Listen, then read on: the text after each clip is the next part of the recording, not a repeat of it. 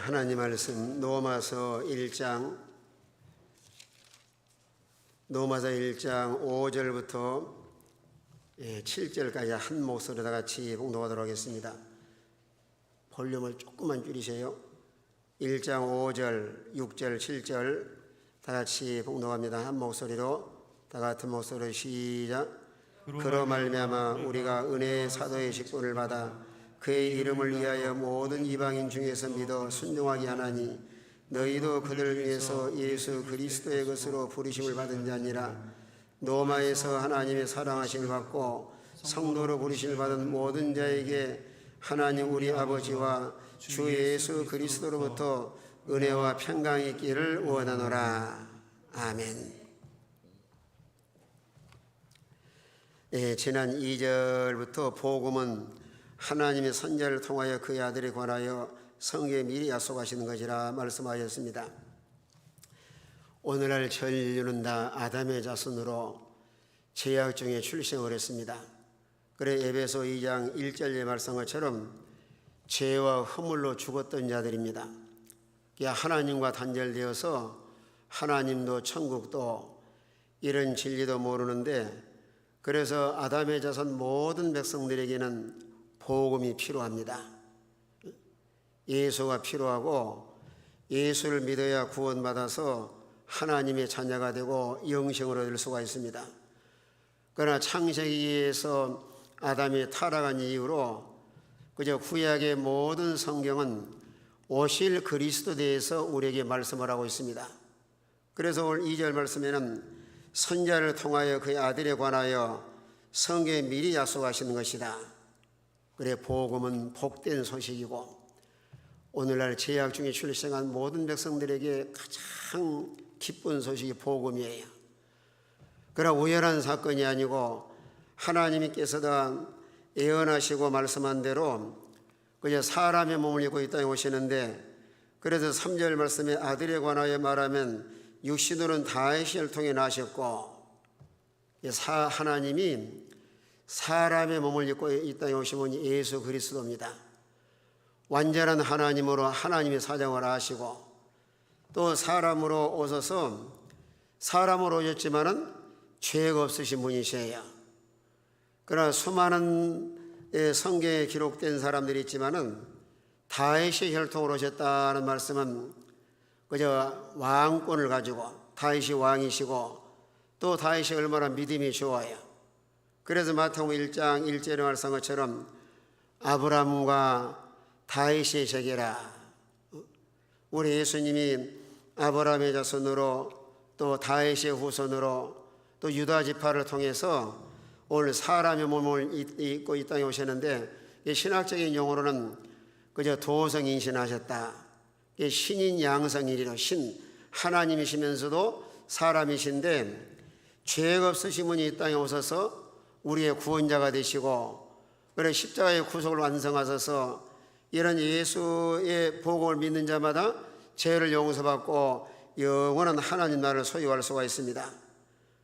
그래서 예수님이 이 땅에 오실 때 죄 없이 오시기 위해서 마음 참으로 깨끗한 마리아의 태를 이용을 하되 성령으로 잉태도 오셨습니다.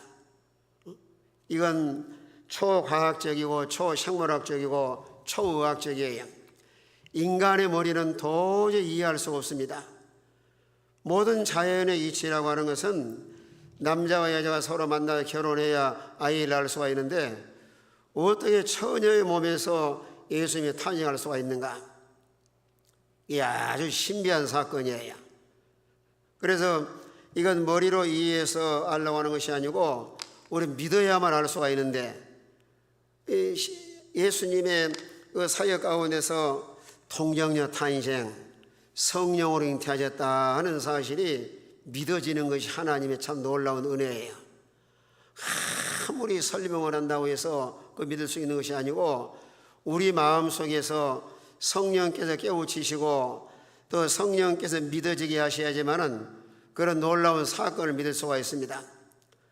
그래서 성결의 영으로는 죽은 자 가운데서 부활하사 능력으로 하나님의 아들로 선포되었으니 곧 우리 주 예수 그리스도시니라. 죄 없이 오시기 위해서 성령으로 잉태하신 분이시고 또 속죄양으로 이 땅에 오셔서 십자가에 죽으시고 3일 만에 부활하시는데 이 유대인들은 표적을 좋아해요. 자꾸 표적을 보여달라고 하니까 예수님이 뭐라 그랬죠? 요나의 표적밖에 보여줄 수가 없다. 그래 요나의 표적은 뭐예요? 요나가 물고기 뱃속에서 3일 있다 살아난 것처럼 우리 예수님이 십자가에 죽으시고 3일 만에 부활한 사건, 또 이것도 놀라운 역사 이래로 최고의 기적인 부활의 사건입니다. 오늘 세상에 수많은 사람이 살다 갔지만은 살아난 사람은 아무도 없어요. 무슨 뭐 공자가 살아나거나 명자가 살아났거나 또 세상에서 유명한 무슨 뭐 소크라테스나 뭐 아무리 유명한 사람이랄지라도 죽어서 다 한 줌에 흙이 되고 말았지 지구상에서 다시 살아나신 분은 우리 예수님밖에 없습니다. 그래 기독교의 가장 중요한 양대 기둥이 십자가의 부활이에요. 우리 죄 때문에 십자가에 죽으시고 3일 만에 부활하셨다. 그리고 고린도서 15장은 58절까지 있는데 이게 부활장이에요. 이 고린도 교인들이 은사는 받았지만은 부활을 의심을 합니다. 그때 사도 바울이 아주 조목조목 설명을 하면서 그저 사도 바울만 부활을 목격한 것이 아니고 만약에 한 사람만 봤다고 하면은 사람들이 의심하기 쉬워요. 아무리 봐도 그 사람 잘못 봤다, 무엇인가 잘못 체험한 거다. 그런데 바울도 목격을 하고 500여 형제가 일세 부활의 사건을 목격을 합니다. 그러면서 바울을 통해서 뭐라고 말씀하냐면은 만약에 예수의 부활이 없다고 하면은 그저 전파는 헛것이고 오늘 세상에서 우리가 가장 불쌍한 사람이 됐을 것이다. 부활의 사건이야말로 역사적이고 성경이 증거하고 빈 무덤이 증거하고 예수님도 증거하고 사도들이 전하고 또 사도 바울은 부활하신 주님 만나고 변화되어서 사도가 되어서 일생을 복음을 위해서 마지막까지 순교의 제물이 되었습니다. 부활하사 능력으로 하나님 아들로 선포되었으니 곧 우리 주 예수 그리스도시니라. 이런 부활의 증인된 삶을 살게 하시려고 오늘 5절에 와서는 그로 말미암아 우리가 은혜와 사도의 직분을 받아 그 이름을 위하여 모든 이방인 중에서 믿어 순종하게 하나니 은혜와 그로 말미암아 은혜와 사도의 직분을 받아 그의 이름을 위하여. 오늘 사도 바울이 사도가 된 것은 하나님께서 소명, 만남과 부르심과 사명. 그래서 오늘 세상을 살아가면서도 여러분 주위에서도 사람을 잘 만나는 것도 하나님 은혜예요. 내 좋은 지인, 친구라든가 여러분 주위에 좋은 믿음의 동역자들, 그런 인생을 살아가면서 최고의 복된 만남은 우리 주님과의 인격적인 만남입니다. 바울이 예수님 만나기 전과 만난 후에는 180도 달라졌습니다. 그래 주님 만나고 나니까 우리 주님이 바울을 불러요. 너는 앞으로 이방인들을 위해 택한 나의 그릇이다. 오늘날 전 세계의 민족과 인종을 초월해서 복음을 전하기에 가장 적합한 사람이 사도 바울이에요. 로마의 시민권자죠. 외국어를 잘합니다. 그래 주님 만나서 이런 귀한 사명을 맡길 뿐만 아니라 사도라는 직분, 사도는 하나님이 보내심을 받았다. 오늘날 전 세계의 이 민족과 인종을 초월해서 복음을 전하기 위해서 저는 사도행전에서 말씀을 전한 것처럼 큰 많은 고난과 역경, 산전수전 겪으면서도 하나님 주신 말씀을 받은 거예요. 바울아, 네가 예루살렘에서 복음을 전한 것처럼 로마에 가서도 복음을 전할 것이다. 그 메시지를 받은 사도 바울은 엄청난 고난 가운데서도 전혀 흔들림이 없어요. 에이, 내가 이런 고생을 해야 되느냐, 그만 포기하고 싶을 만도 하지만은 하나님 앞에 사명을 위해서 사도행 20장 24절에는 뭐라고 말씀하셔요? 주께서 받은 사명 곧 복음을 전하는 일을 마치려 하면은 내 생명도 조금도 것도 귀한 것으로 여기지 아니하노라. 확실한 소명감과 사명을 받은 자예요. 이런 사명이 없는 사람은 다 자기를 위해서, 개정한 말 같아도 오늘날 주의 종들과 지도자들이 딱 두 종으로 나눠요. 다 자기를 위해서 하는 사람이 있고, 실제로 본문에 말씀한 것처럼 본문에 뭐라 그랬어요? 그의 이름을 위하여, 하나님 나라 복음을 위해서 고난당하고 희생적으로 오로지 공심을 가지고 이런 주님을 위해서 충성하는 종들이야말로 참된 하나님의 종들이에요. 그러나 바울에게 사도가 되게 한 것은 출처가 하나님이십니다. 오늘날 말하면 교회 안의 직분은 교회 주는 것이 아니에요. 하나님께서 시대마다 사람을 세워서 몸된 교회를 잘 받들어나고 하는데, 하나님께서 여러분의 직분 주신 거 하나님 맡겨진 사명 감당하러 주시는데, 여러분 직분을 절대로 소홀히 하지 마세요.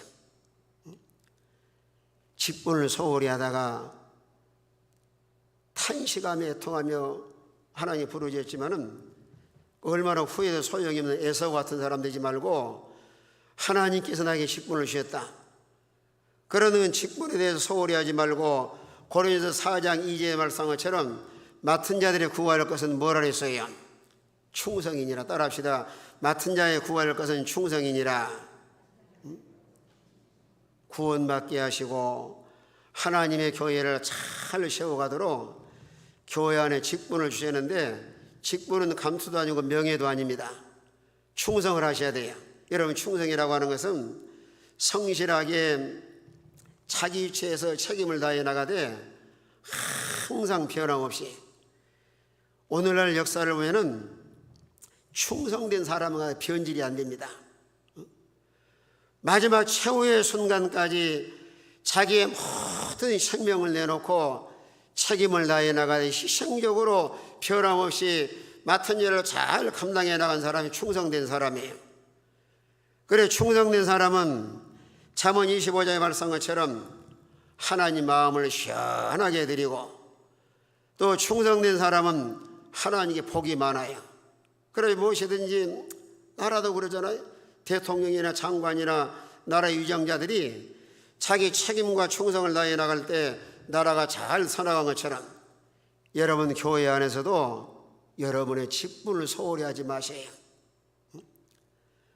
하나님 맡겨진 직분인 줄 알고 최선을 다해 충성을 다하셔야, 그래서 계시록 2장 10절에서는 내가 죽도록 충성하라, 그리하면 뭘 얻는다 그랬어요? 생명의 멸류관을 주실 것이다. 변질내지 말고 희생적으로 변함없이 마지막 최후의 순간까지 하나님을 위해서 최선을 다해 충성을 다한다고 하면은 금생환의 시에 하나님께서 얼마나 귀한 은혜 복을 주시고, 이런 더 작은 일에 충성한 사람이라야 하나님 앞에도 큰 일에 충성할 수가 있습니다.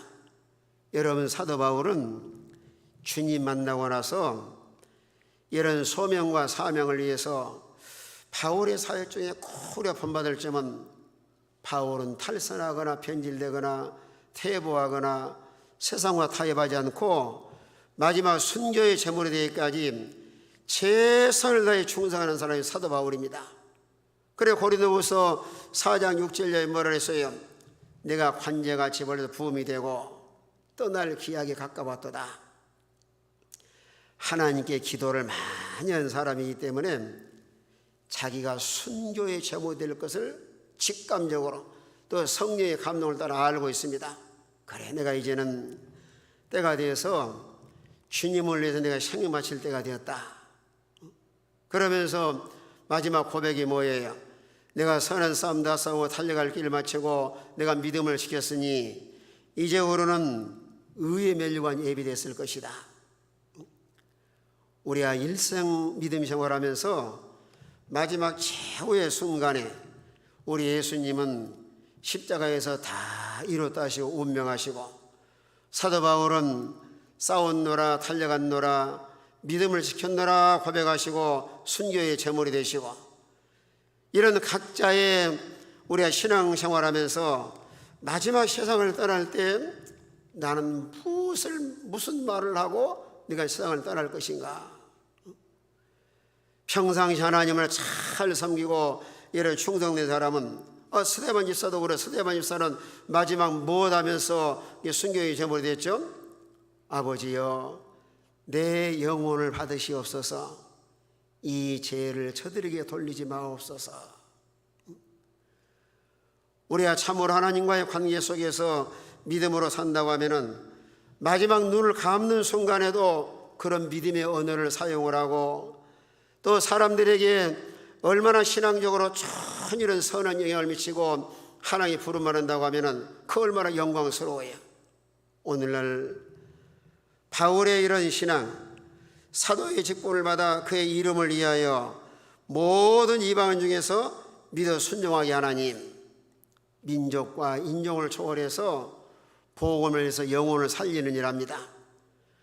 그러나 그들에게 믿어서 낮에는 순종하게 하나님, 여기들 중요한 것은 참으로 진리가 믿어지고 하나님 믿어진 사람은 그 행위가 순종으로 나타납니다.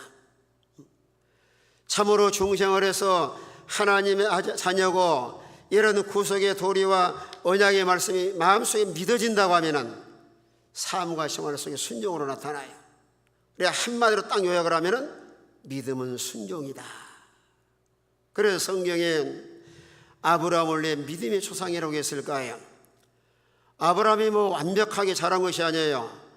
자기 마누라 그저 얼굴이 잘 예쁘게 생겼는데 빼앗길까 봐서 그저 애굽의 왕한테 앞에 가가지고 뭐라고 거짓말로 속이죠? 여보, 내가 당신 남편이라고 하면 나 죽일라지 모르니까 내 누이라고 말합시다. 그래 서로 살아야 되지 않느냐? 이게 살아도 자존심이 넘는 거예요. 아유 여보, 무슨 그런 말아요? 우리가 서로 부부가 아닌데 진실하게 해야지. 그렇게 말할 수가 있는데, 바울은 그런 실수도 있지만은 아브라함은 뭘 잘한 거죠? 순종을 잘하는 거예요. 그래서 믿음의 조상이 되고 아브라함의 신앙을 하나님 인정을 하십니다. 우리가 참으로 예수를 믿고 하나님의 자녀라고 하면은 무슨 말씀을 하시든지 순종을 잘하는 성도, 참 얼마나 귀해요. 그래서 사무엘상 15장에서도 그저 순종은 무엇보다 낫다 그랬어요? 제사보다 낫다. 우리 주일 학생들도 잘 가르쳐 놓으면은, 이제 오래된 일이지만 초등학교 5학년짜리가 자기 어머니한테 가서 그런 거예요. 엄마, 믿음이 뭔 줄 아세요? 엄마는 정의를 못 내려요. 교회 집사인데 엄마는 말하는 것이, 엄마 믿음이 뭐예요? 그러니까 교회 잘 나가는 것이 믿음이지, 열심히 가서 예배 믿음이지. 그러니까 아이가 뭐라 그러냐? 엄마 그게 아니야, 믿음은 순종이야. 그래, 우리 믿음이 있는 것 같아도 그저 참으로 하나님께서 무슨 말씀을 하든 잘 순종을 하는가? 여러분, 아브라함 보세요. 본토와 친아비를 떠나 내 지지할 곳으로 가라 그러니까 모든 걸 다 놓고 갈 바를 알지 못하고 말씀을 순종해 떠납니다. 25년 기다려서 백세에 난 아들이 눈에도 아깝지 않은데 세상의 모리아산에 가서 번제로 드리라 그래요. 만약에 아브라함 믿음이 없다고 하면은 하나님 해도 너무하십니다. 언제나 하늘의 별과 같이 많게 해주신다고 하시고 25년 기다려서 죽음이 타의 죽음 같은 그런 가운데서도 이런 아이를 낳는데 어떻게 그걸 불로 태워서 하나님 드리라고 하십니까? 차라리 내 재산 많이 내놓으라고 하세요.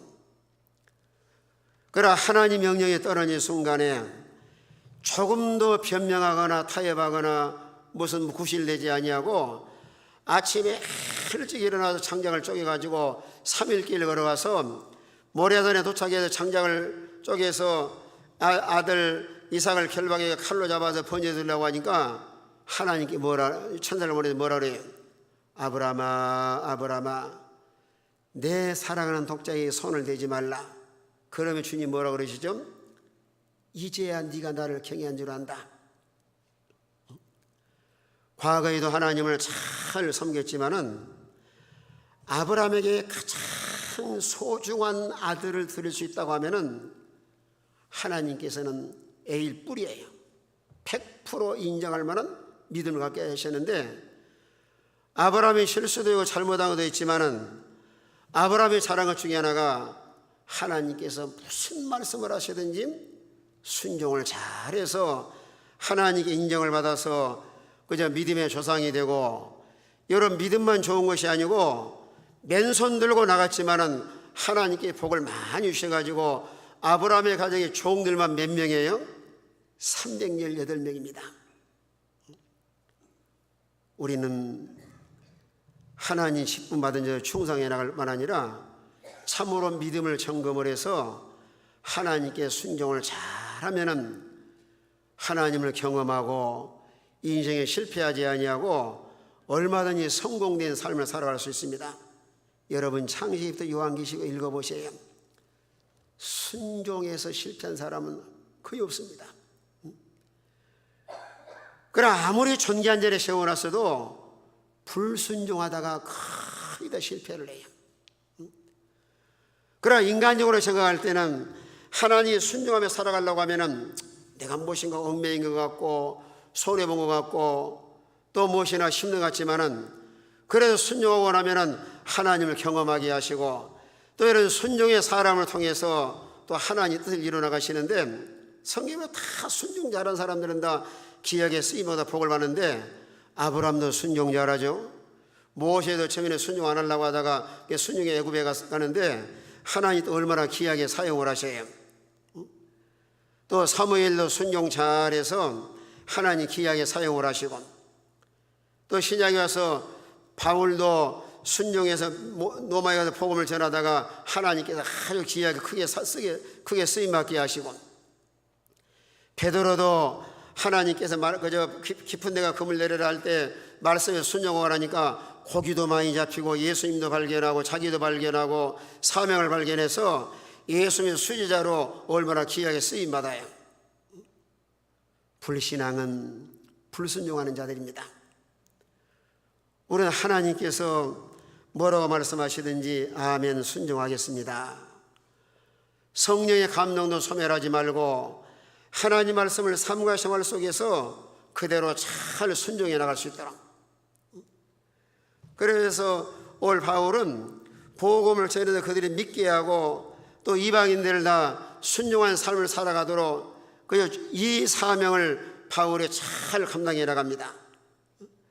이방인 중에서 믿어 순종하게 하나니, 오늘 6절에 와서요, 너희도 그들 중에서 예수 그리스도의 것으로 부르심을 받은 자니라.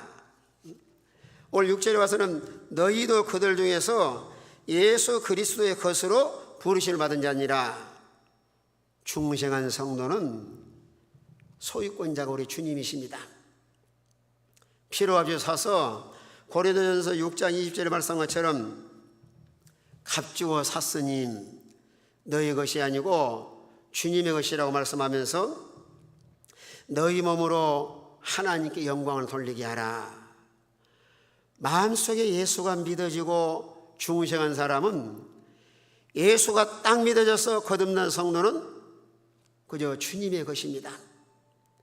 우리의 생명도 우리의 모든 삶의 주인이 우리 주님이기 때문에 우리는 철저하게 우리 주님을 주인으로 모시고 우리의 모든 삶과 생활 속에서 내 원한 대로 살지 말고 하나님 원하신 대로 살고, 우리 죄로 범죄치 말고 하나님께 영광을 돌리는 삶을 살고, 그래 로마서 14장의 8절에 말씀한 것처럼 살아도 주를 위해 살아도 주를 위해 살고 죽어도 주를 위해 죽나니 사나 죽으나 누구의 것이로다 그랬어요.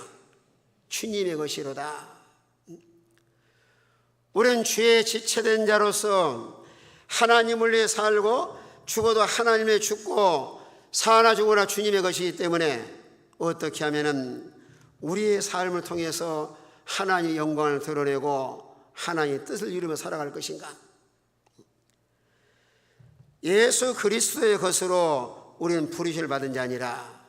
이 부르심을 받았다고 하는 것은 넓은 의미로는 예수 믿는 모든 성도를 불러서 믿음을 선물로 주어서 예수 믿어 구원받아 하나님의 자녀가 되게 하였습니다. 이게 순서적으로 보면은 에베소서 1장 4절에서는 창세전에 선택하시고 1장 7절에서는 피로 구속하시고 1장 13절에서는 뭘로 인을 쳤어요? 성령으로 도장을 딱 찍어서 너는 구원받은 하나님의 자녀다. 오늘 세상을 떠난다 할지라도 천국에 들어간다. 이 도장을 찍었다고 하는 것은 이제 여러분 인감도의 효력이 있잖아요. 뭐 서로 이 부동산을 사고 팔 때도 이제 등기 권리증이 들어왔을 때 도장 딱 찍어서 이제는 A라는 사람의 소유에서 B라는 사람으로 소유권이 넘어갔습니다. 이게 도장을 딱 찍은 거예요. 그와 마찬가지로 하나님이 선택하신 백성들을 불러요. 그래서 교회 나와 예수 믿는 것도 스스로 나와서 예수 믿는 분도 계시고 남편이나 아내에 따라서 또 전도받아서 교회 나와서 예수 믿는 신자도 있는데, 여러분 궁극적으로는 다 누가 우리를 부르신 거예요? 오늘 이 자리에 나오신 우리 모든 성도님들은 하나님의 초대에다 응답해서 나오신 분들이에요. 아무리 하나님 초대해도 그저 거절하고 안 나온 사람도 많이 있어요. 이런 누가복음 14절에 말씀한 것처럼 하나님 초대하는데 한 사람은 밭을 샀으니 가봐야 되겠다 그러고, 한 사람은 또 뭐라 그래요? 장가 들었으니까 셋이 누구 훔쳐가려고 하지 모르니까 그 셋이 지켜야 되니까 그저 못 온다 그러고, 다양하게 많은 사람을 초청을 했지만은 다 초청에 응한 것이 아니에요. 여러분 중에 전도래도 그럽니다.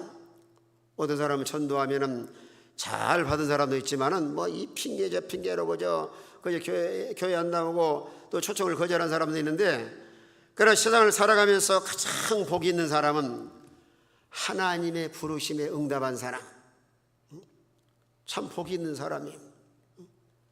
때로는 친구를 통해서, 저 같은 경우는 친구의 전도받아 가지고 저는 예수를 믿게 되는데, 그 친구 항상 내가 고맙게 생각을 해요.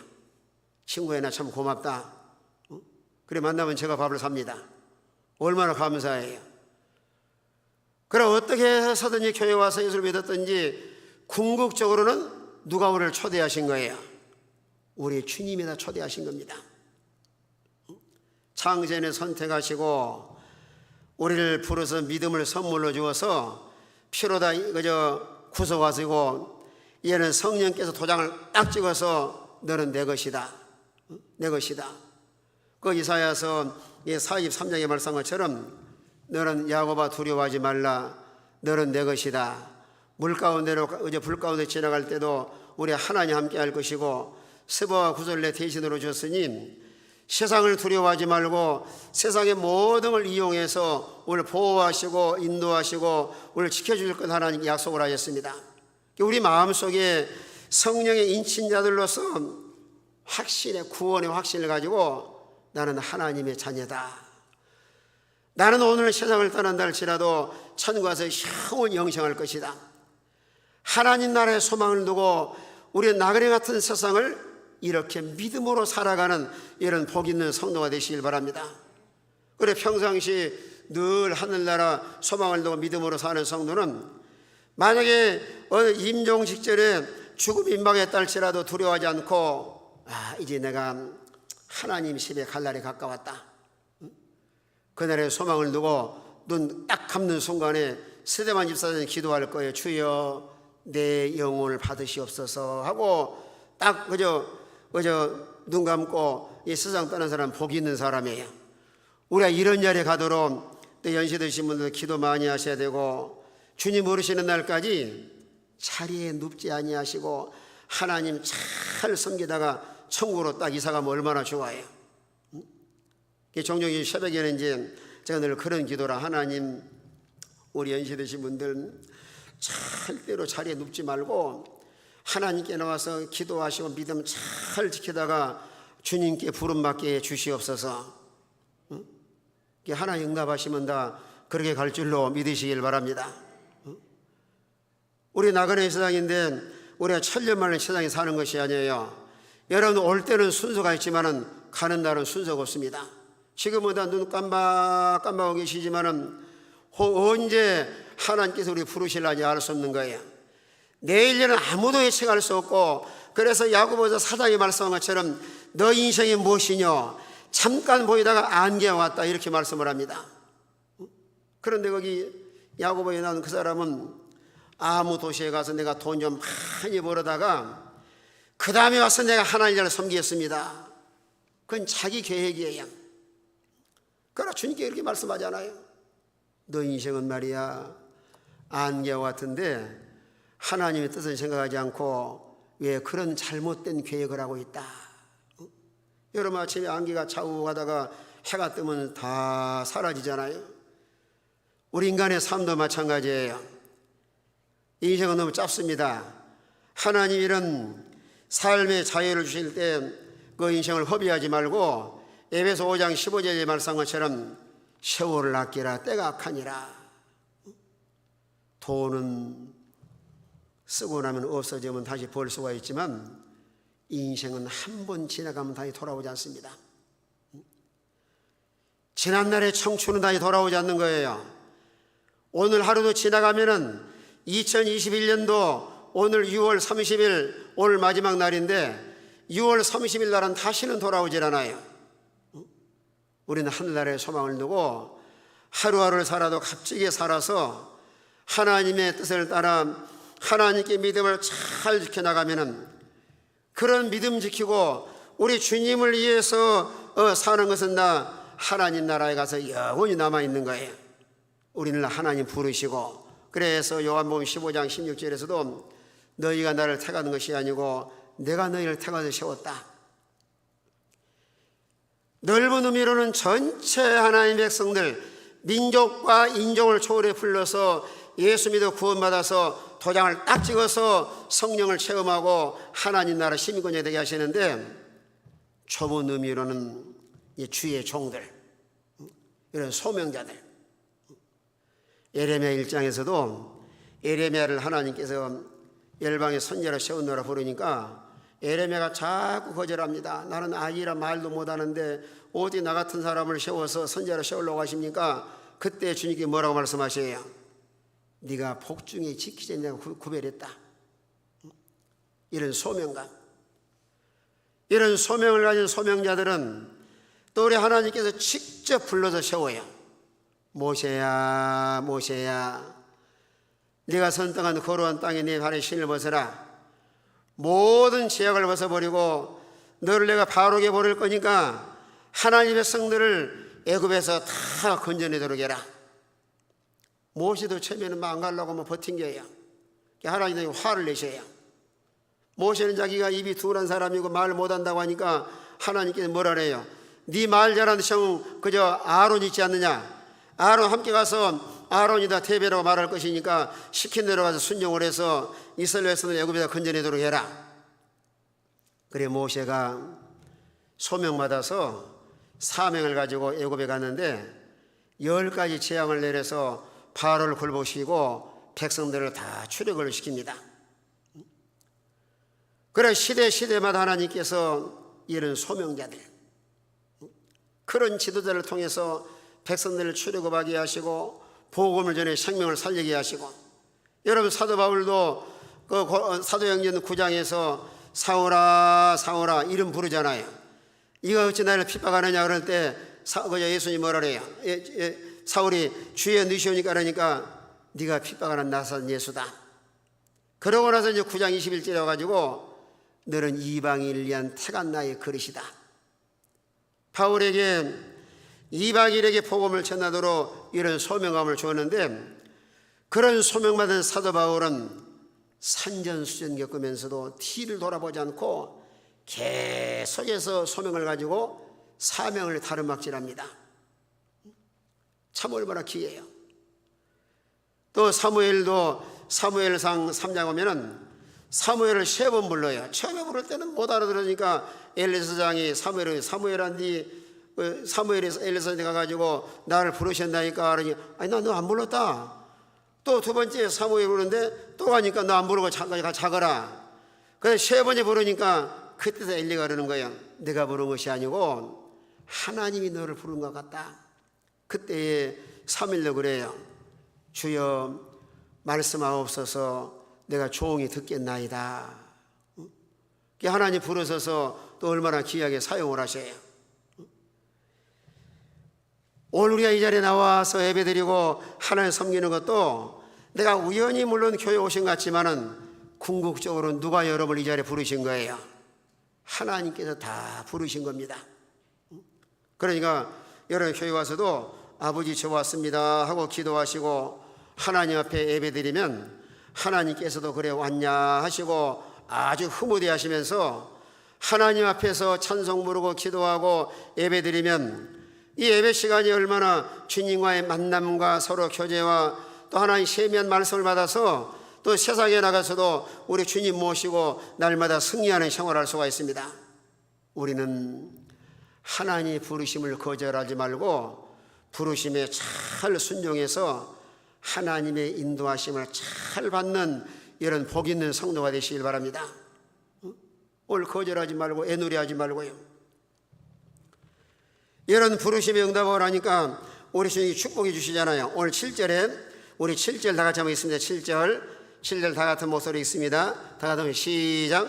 로마에서 하나님의 사랑하심을 받고 성도로 부르실 받은 모든 자에게 하나님 우리 아버지와 주 예수 그리스도로부터 은혜와 평강이 있기를 원하노라 축복하신 거예요. 로마에서 하나님의 사랑하심을 받고 성도로 부르실 받은 모든 자에게 오늘날 하나님께서 얼마나 우리를 사랑하셔요. 요한복음 3장 16절에 말씀한 것처럼 세상을 이처럼 사랑하사 독생자를 주셨으니 이런 저를 믿는 자마다 못하지 않고 뭐하게 하려 하심이라 그랬어요. 멸망하지 않고 영생을 얻게 하려 하심이니라. 부모와 자식 사랑은 지극합니다. 그러나 부모의 사랑은 한계가 있어요. 그러나 하나님은 우리를 사랑하시되 전혀 변함이 없이 영원히 사랑하시고, 그래서 요한복음 13장에서도 자기 백성을 사랑하시되 끝까지 사랑하시느니라. 오늘 로마서 8장 39절에서는 하나님의 사랑에서 아무도 끊을 자가 없다고 그랬어요. 오늘 사람들은 이런 하나님의 사랑을 인식하지 못하고 살 때가 많이 있습니다. 뭐 하나님 나를 뭐 사랑하시겠는가? 그런데 하나님의 사랑은 항상 변함이 없으셔요. 세상이 변하고 한계가 변한다 할지라도 하나님은 변하지 아니하는데 우리가 변하기 때문에 하나님의 사랑에서 벗어나서 생활하고 있습니다. 그러나 사도 바울은 얼마나 영적 관리를 잘했든지 일생을 주님을 사랑하고, 그래서 에베소서 6장 24절 말씀한 것처럼 우리 주 예수 그리스도를 변함없이 사랑하는 자에게 뭐가 있을지어다 그랬어요? 은혜가 있을지어다. 변함없이 우리는 다 하나님의 사랑을 받고 성도로 부르심을 받은 자다. 성도. 성도는 뭐예요? 거룩할 성자, 구별된 성도. 우리는 세상과 죄와 마귀의 자녀와 구별돼서 우리 성도의 신분은 다 귀한 존재예요. 그래서 시편 기자도 시편 16편 3절야에 뭐라 그랬어요? 땅에 있는 성도는 존귀한 자다. 하나님께서 다 구별해서, 물론 지금 세상에서는 이제 불신자와 섞어 살기 때문에 잘 이제 표시가 잘 안 나요. 그러나 세상을 딱 떠나는 순간에 표시가 납니다. 지옥과 천국으로 딱 나눠서 가는 거예요. 지금은 다 잘 몰라요. 그런데 부르게 세상에서 가난하게 살고 가진 것이 없다 할지라도 좀 자부심을 가지셔야 돼요. 누구의 자녀요? 하나님의 자녀다. 또 억만금을 주고도 살 수 없는 천국의 시민권자들입니다. 뭐 요즘에 부동산이 올라서 아파트가 비싸다 해도 아무리 좋은 아파트 산다 할지라도 뭐 거기에 뭐 천국이 있습니까? 예? 가면 싸우기도 하고 뭐 속상하기도 하고 때로는 집에 들어가기 싫기도 하고. 그런데 하나님께 예비한 천국은 슬픔이나 고통이나 노시나 싸움이나 질병이나 괴로움이나 그런 것 없이 항상 감사하고 기뻐하고 즐거워하고 평안하고. 그래서 로마 14절 말씀한 것처럼 하나님의 나라는 먹고 마시는 것이 아니고 성령 안에서 뭐라 그랬어요? 의와 평강과 희락이라. 항상 평안하고 항상 기쁘고 그것이 하나님 나라예요. 우리는 하늘에 속한 신자고 하나님의 자녀라고 하는 자녀의 신분을 가진 성도로서 오늘 세상에 살아가면서도 무엇이나 나는 하나님의 자녀라는 신분을 가지고 매사에 하나님 자녀답게 살고 또 이런 성도 한 분 한 분이 얼마나 귀한 존재예요. 그 시편 16편 한번 보세요. 땅에 있는 성도는 존귀한 자다. 이 성도, 거기도 성도라 그래요. 성도. 자, 16편 3절을 보세요. 자, 16편 3절 다 같이 있습니다. 다 같은 목소리로 시작. 땅에 있는 성도는 존귀한 자들이니 나의 모든 즐거움이 그들에게 있도다. 우리 모든 성도 한 분 한 분은 다 존귀한 자예요. 따라합시다. 나는 존귀한 자다. 여러분 스스로 자기를 비하시키거나 낙심하고 좌절하지 마세요. 하나님의 자녀여 천국 백성이요 얼마나 귀한 존재예요. 이런 성도로 부르심을 받은 자, 오늘 본문에 돌아와서요, 하나님의 사랑하심을 받고 성도로 부르심을 받은 모든 자에게 하나님 우리 아버지와 주 예수 그리스도로부터 은혜와 평강이 있길 원하노라. 하나님의 성도 자녀들에게 또 사랑받는 성도들에게 은혜가 있길 원하는 은혜. 우리는 은혜 하나님 은혜로 지금까지 살아오셨고 우리 모든 생활 속에 하나님께서 계속 은혜를 베풀어 주셔야 이 고난 많고 환난 많은 세상을 하나님의 은혜 가운데 잘 극복하고 살아갈 수가 있습니다. 우리 성도들의 삶과 생활 가운데 하나님 은혜가 충만하시길 바랍니다. 은혜와 평강이 있길 원하노라. 또 이 샬롬의 은혜, 교회가 평안하고 가정이 평안하고 또 어디가 평안하셔야 돼요? 우리 마음이 평안해야 돼요. 아무리 잘 잡수고 좋은 옷을 입고 좋은 황에 사신다 할지라도 마음이 항상 불안하고 초조하고 마음이 괴롭고 낙심하고 자질 가운데 살아간다고 하면은 그거 참 얼마나 힘든 인생이에요.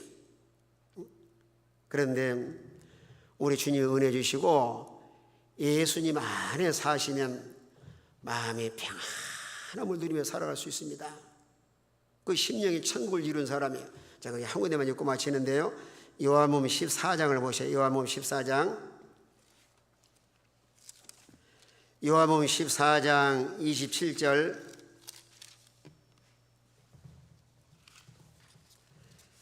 자, 27절 다 같이 있습니다. 27절 다 같은 목소리로 시작.